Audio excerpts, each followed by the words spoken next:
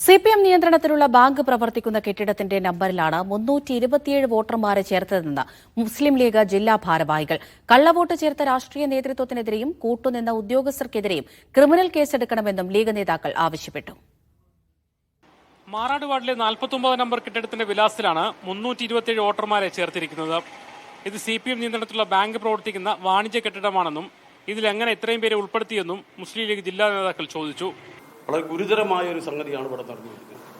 രാജ്യത്തിന്റെ ജനാധിപത്യത്തെ അറുങ്കുല ചെയ്യുന്ന ഇത്തരം വൃത്തികെട്ട പരിപാടികൾക്ക് നേതൃത്വം കൊടുക്കുന്ന ഉദ്യോഗസ്ഥനായിരുന്നാലും അതുപോലെ അതിന് കൂട്ടുനിൽക്കുന്ന രാഷ്ട്രീയ നേതൃത്വമായിരുന്നാലും അവർക്കെതിരെ കൃത്യമായ കുറ്റം ചുമത്തി കേസെടുത്ത് ജനമധ്യത്തിൽ കൊണ്ടുവരണം എന്നാണ് ഞങ്ങൾക്ക് ഇതുമായി ബന്ധപ്പെട്ടുകൊണ്ട് പറയാൻ.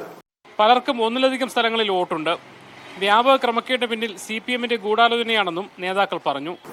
കൃത്യമായ ജനവിരുദ്ധത സ്റ്റേറ്റിലാകെ നടക്കുന്ന ഒരു ഘട്ടത്തിൽ അതിൻ്റെ ഒരു ജനവിരുദ്ധതയുടെ ഹബ്ബാണ് കോഴിക്കോട് കോർപ്പറേഷൻ.